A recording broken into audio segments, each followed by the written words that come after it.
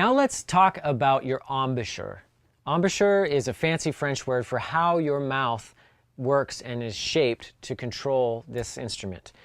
So we're going to put our teeth on top of the mouthpiece. Okay, we're going to put them on top of the mouthpiece, just resting our teeth evenly. We don't want to be off on one of our front teeth harder than the other, just naturally both resting evenly. And then our bottom lip is going to roll over our teeth slightly, just gently. Say the sound v, or Victor, Victor, v. If you say v, you feel your bottom lip rolling over your bottom teeth slightly. That's all you need. So just go v, and then that bottom lip is going to come here and control this reed. See how the reed bends a little bit under the pressure of this? Well, it's the same thing with your embouchure, okay? The. Let's practice that a little bit. Teeth on top, evenly resting. Bottom lip rolled under. The. Not too deep, not va, right?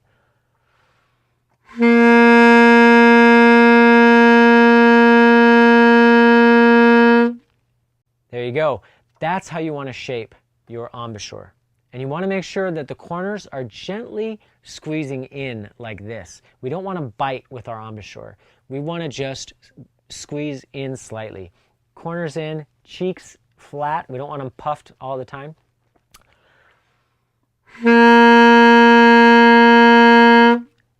Something like that, okay? So let's work on that in front of the mirror. And remembering the tips, teeth on top, the lip rolled under just a little bit on the bottom, corners of your mouth cinching in at the corners like this. You don't have to bite. You don't have to bite. You're just going to cinch in like that. And that'll give you that nice, solid, clean sound of a well-formed embouchure. So practice that, and now we're going to talk about how deep to bite. Let me show you something here on this mouthpiece. I'm going to lean down a little bit so you can see this. You see my teeth? They're just barely on the mouthpiece, aren't they?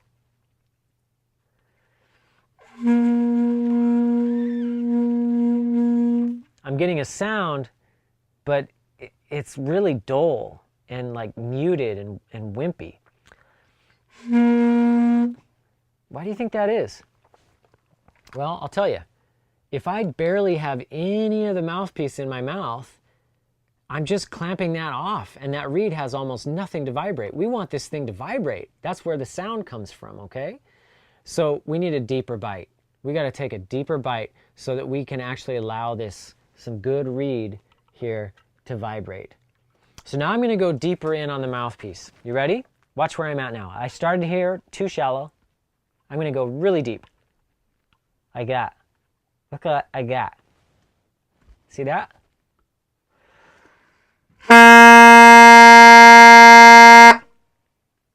Ooh, I sound like a duck. That's real squawky, isn't it? I'm too far in now.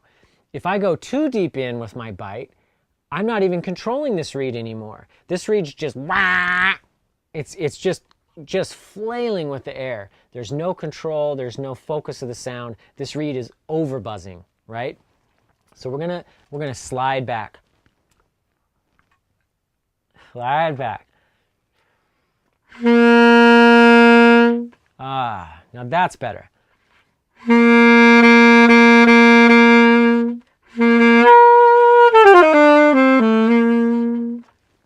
Okay, so that is something I need you to work in a mirror with. Look in the mirror. You can even look from the side. You can do this trick where you